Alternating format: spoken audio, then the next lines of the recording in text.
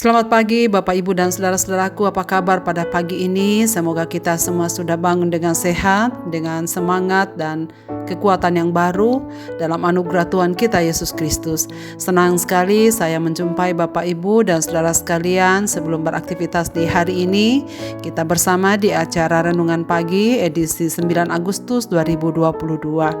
Bacaan kita pagi ini dari Kisah Rasul pasal 24 ayat 14 sampai ayat yang ke-20 demikian. Tetapi aku mengakui kepadamu bahwa aku berbakti kepada Allah nenek moyang kami dengan menganut jalan Tuhan, yaitu jalan yang mereka sebut sekte. Aku percaya kepada segala sesuatu yang ada tertulis dalam hukum Taurat dan dalam kitab nabi-nabi. Aku menaruh pengharapan kepada Allah sama seperti mereka juga, bahwa akan ada kebangkitan semua orang mati, baik orang-orang benar maupun orang-orang yang tidak benar. Sebab itu aku senantiasa berusaha untuk hidup dengan hati nurani yang murni di hadapan Allah dan manusia. Dan setelah beberapa tahun lamanya aku datang kembali ke Yerusalem untuk membawa pemberian bagi bangsaku dan untuk mempersembahkan persembahan-persembahan. Sementara aku melakukan semuanya itu, beberapa orang Yahudi dari Asia mendapati aku di dalam bait Allah. Sesudah aku selesai mentahirkan diriku tanpa orang banyak dan tanpa keributan, merekalah yang sebenarnya harus menghadap engkau di sini dan mengajukan dakwaan mereka jika mereka mempunyai sesuatu terhadap aku. Namun biarlah orang-orang yang hadir di sini sekarang menyatakan kejahatan apakah yang mereka dapati ketika aku dihadapkan di mahkamah agama. Ketika aku dihadapkan di mahkamah agama. Hidup dengan hati yang murni. Saudara-saudaraku, rencana dan kehendak Tuhan tidak pernah gagal. Walaupun manusia berusaha menggagalkannya dengan berbagai cara. Janjinya bahwa dia akan melindungi Paulus dalam perjalanannya ke Roma untuk memberitakan Injil di sana akan dia genapi dengan ajaib dengan cara yang sempurna. Bagi setiap umatnya yang tetap bersandar padanya, Tuhan tak pernah kehabisan cara untuk menolong. Bacaan kita pada pagi ini berkisah Paulus kembali harus berhadapan dengan mahkamah agama setelah dipindahkan ke Kaisarea yang dibela oleh seorang pengacara. Pengacara bayaran yang mendampingi orang-orang Yahudi itu memuji-muji Felix sebagai seorang yang bijak, baik dan murah hati. Demikianlah maksudnya saudara sekalian untuk mengambil hati sang pengacara itu. Pujian itu bertujuan agar Felix merasa teranjung dan akhirnya mengambil keputusan yang menguntungkan mereka. Tujuan itu pun tercapai saudara sekalian pada akhirnya karena sang pengacara melancarkan 3 tuduhan palsu bahwa Paulus telah membahayakan banyak orang melalui ajarannya, menimbulkan kekacauan di mana-mana dan melanggar kekudusan bait suci. Pada waktu tiba giliran Paulus untuk berbicara, 3 tuduhan tersebut dibantah satu persatu. Ia mulai menceritakan kedatangannya ke Yerusalem dengan maksud untuk beribadah, bukan untuk melakukan huru-hara. Tetapi anehnya ia ditangkap saat sementara melakukan upacara pentahiran diri bersama beberapa orang Yahudi. Tidak dapat dibuktikan sebagaimana upaya mengacaukan umat Yahudi ataupun bait suci. Apa yang Paulus lakukan senantiasa sesuai dengan pengajaran kitab suci. Bila ada yang dapat disebut kesalahan dalam diri Paulus, ialah bahwa ia mengikuti jalan Tuhan yang mereka anggap sesat. Padahal hal itu bersumber daripada kitab suci yang memang mengajarkan adanya pengharapan akan adanya kebangkitan orang mati, sama seperti para pendakwanya. Paulus membeberkan dirinya dengan jujur tentang karakternya saudara sekalian.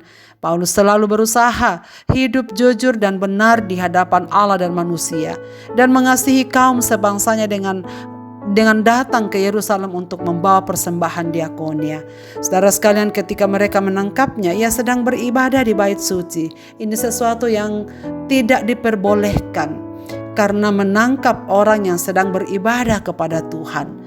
Paulus bersaksi dengan mengatakan, sebab itu aku senantiasa berusaha untuk hidup dengan hati nurani yang murni di hadapan Allah dan manusia. Saudara sekalian, kata senantiasa berusaha itu berarti sesuatu yang dilakukannya secara terus-menerus, bukan hanya sementara waktu, tetapi ia terus-menerus. Dalam setiap keadaan dan kondisi, ia memelihara hati yang murni, baik di hadapan Tuhan maupun di hadapan sesama. Bagi Paulus, hidup dengan hati nurani yang murni artinya hidup terus-menerus dengan hati yang telah mendapatkan cahaya dari Tuhan dan belum mendapat pengaruh dari luar, dan kegelapan apapun tidak ada di dalamnya. Dan Paulus melakukannya di hadapan Allah dan manusia. Sedangkan di hadapan Allah artinya di dalam kehidupan Paulus hatinya senantiasa menyimpan dan penuh dengan firman Tuhan yang kemudian dilakukannya dalam kesetiaan di kehidupan setiap hari. Paulus sepenuhnya melakukan apa yang Tuhan perintahkan tanpa dibumbui dengan rupa-rupa ajaran lain ataupun ajaran-ajaran yang bertentangan dengan firman Tuhan. Di hadapan manusia artinya tindakan dan perbuatan Paulus tidak ada kepalsuan, sesuai dengan hati dan pikirannya. Orang bisa melihat perbuatan Paulus sesuai dengan apa yang diajarkannya, sebab Paulus adalah kitab yang terbuka. Saudara sekalian, banyak orang yang kelihatan hidup beragama tetapi hati mereka tidak sesuai dengan ajaran agamanya. Lain di bibir, lain pula di hati. Persis seperti istilah yang pernah Rasul Paulus pakai di hadapan pemimpin agama yang korup, bagai tembok yang berlapis putih, tetapi di dalamnya pasir dan kerikil. Manusia kadang susah ditebak, di depan sesamanya kelihatan baik, tapi setelah membelakang yang ada di dalam hati adalah ngegosip dengan segala keburukan sesamanya.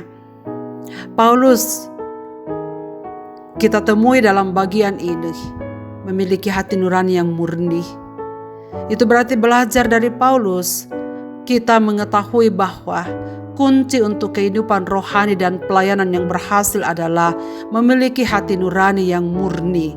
Hati nurani yang murni mempengaruhi hubungan kita dengan Tuhan dan sesama. Bila kita memiliki hati nurani yang murni, maka itu akan mempengaruhi pikiran kita sehingga akan memiliki pikiran yang positif dan hidup kita akan berkenan kepada Tuhan dan menjadi berkat bagi orang lain. Saudara sekalian, marilah kita bersama-sama merendahkan diri di hadapan Tuhan. Terus berusaha supaya kita memiliki hati nurani yang murni, baik di hadapan Tuhan maupun di hadapan sesama kita. Marilah kita berdoa. Bapa di sorga, Bapa, di dalam nama Tuhan Yesus kami bersyukur kepadamu pada pagi hari ini. Tuhan memberikan kami hati yang baru, memberikan kami semangat yang baru dan hidup yang baru untuk melanjutkan hidup kami. Terima kasih untuk nafas hidup yang masih ada pada kami. Itu berarti bahwa Tuhan masih mempercayai kami kehidupan untuk beraktivitas di hari ini dan hari-hari selanjutnya. Ya Tuhan, anugerahilah kami hati yang murni, hati nurani yang jujur di hadapan Tuhan maupun di hadapan sesama kami. Karena kami belajar kunci untuk kehidupan rohani dan pelayanan yang berhasil dan segala sesuatu dalam kehidupan kami adalah ketika kami memiliki hati yang selalu murni dan nurani yang jelas di hadapan Tuhan. Bapa Surgawi, pimpinlah kami semua supaya segala sesuatu yang kami kerjakan di hari ini kami lakukan dalam hati nurani yang murni sehingga berkenan kepadamu dan juga berkenan kepada sesama kami. Bapa di sorga, segenap pendengar renungan pagi ini dimanapun mereka berada, dalam segala kondisi dan keadaan mereka ya Tuhan, biarlah Engkau yang turut serta dan nyata di dalamnya. Engkau tak pernah meninggalkan kami sama seperti Paulus yang selalu ada di hadapan-Mu. Dan hiburkanlah kami dengan firman-Mu pada pagi ini dan kuatkan batin kami. Engkau selalu beserta kami. Engkau jelas selalu nyata dalam hidup kami. Sehingga kepadamu kami bergantung. Kepadamu kami membawa segala persoalan kehidupan kami. Kepada saudara-saudara kami yang sedang dalam kelemahan tubuh, Bapa dalam belas kasih-Mu sembuhkanlah mereka satu persatu. Secara khusus mereka yang tahu berharap dan beriman hanya kepadamu dan mengandalkan kuasa-Mu sendiri. Nyatalah dalam hidup mereka sesuai dengan iman mereka. Mereka yang sedang kalut dengan berbagai-bagai persoalan hidup, Bapa tolonglah mereka dan kuatkan bahwa Engkau ada sedang bekerja dalam kehidupan mereka. Anak-anak kami, saudara-saudara kami yang sedang bergumul dengan pendidikan mereka, mulai dari tingkat sekolah dasar sampai ke perguruan tinggi. Biarlah anak-anak kami tetap di dalam penyertaan Tuhan. Dalam pergumulan studi mereka, Engkau ada untuk mereka. Bapa di sorga, terima kasih banyak. Ke dalam tangan-Mu kami serahkan hidup kami di sepanjang hari ini.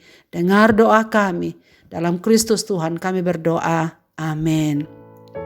Selamat beraktivitas Bapak, Ibu, dan saudara-saudaraku. Tuhan Yesus memberkati kita sekalian dengan firman ini.